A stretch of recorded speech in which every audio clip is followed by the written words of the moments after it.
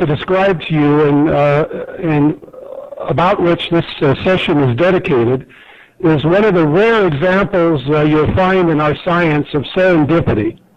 And I'll explain more about how the serendipity played a role in the development of the Hurricane Aerosol and Microphysics program.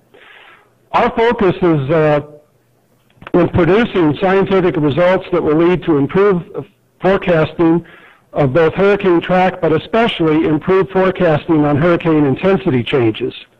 We are also evaluating the various hurricane mitigation hypotheses as a secondary objective, and it was the secondary objective, in fact, that led to the formation of HAMP.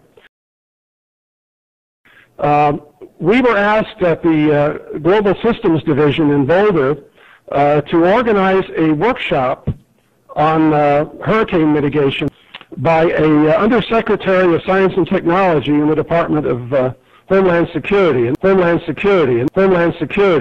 this workshop was held in Boulder. It was sponsored by DHS. It was hosted in Boulder by Israel just a little over 2 years ago.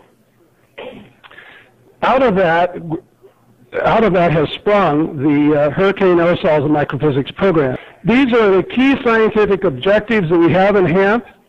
We want to quantitatively test the most promising mitigation hypotheses by the use of rigorous numerical simulations supported by necessary observations of tropical cyclones. We also want to coordinate this particular program and use data from the NOAA DHS-supported WISDOM project and the Unmanned Aerospace Vehicles project, Unmanned Aerospace Systems project that NOAA is currently running with NASA and other agencies. The group feels very strongly, and we think we'll demonstrate in this session, is that not only are aerosols a vital component of atmospheric processes, and they play roles in larger scale processes, but they also affect cloud microphysics and dynamics, and that aerosols affect the cloud microphysics and dynamics in a very fundamental way, a very important way, that we feel has been neglected in tropical cyclones. I should tell you that the HAMP project was initially funded about 15 months ago, but we really didn't get the funding started until just barely a year ago. So the initial work you're going to hear about today is primarily looking at the role of very small submicron-sized aerosols in tropical clouds and tropical cyclones.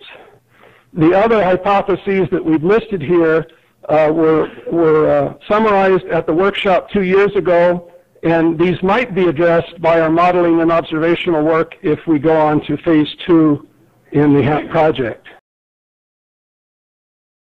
It turns out that some of our modeling results in HAMP are quite surprising in that regard, and that under certain circumstances, carbon black may actually increase hurricane intensity. And I'll let Professor Rosenfeld tell you more about that. The last one is, again, looking at relatively large-scale changes that might be done in advance of hurricanes, both very extensive and very difficult. But the only one that we're really looking at is the focus initially on the first one.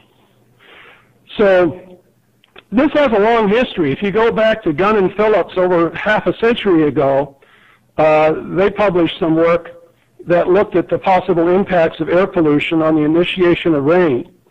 So that this idea of looking at small CC and aerosols, we've suspected for years that that they have an impact on small cloud systems or individual clouds.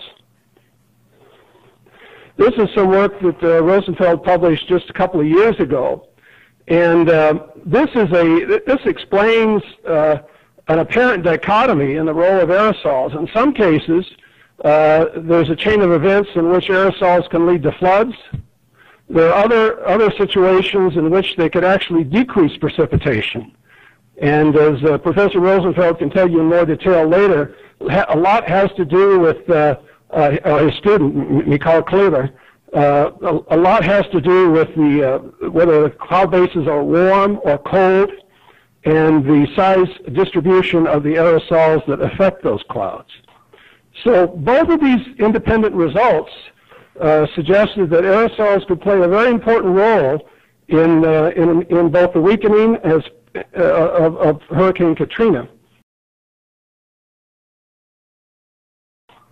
So both of these independent results suggested that aerosols could play a very important role in both the weakening of Hurricane Katrina.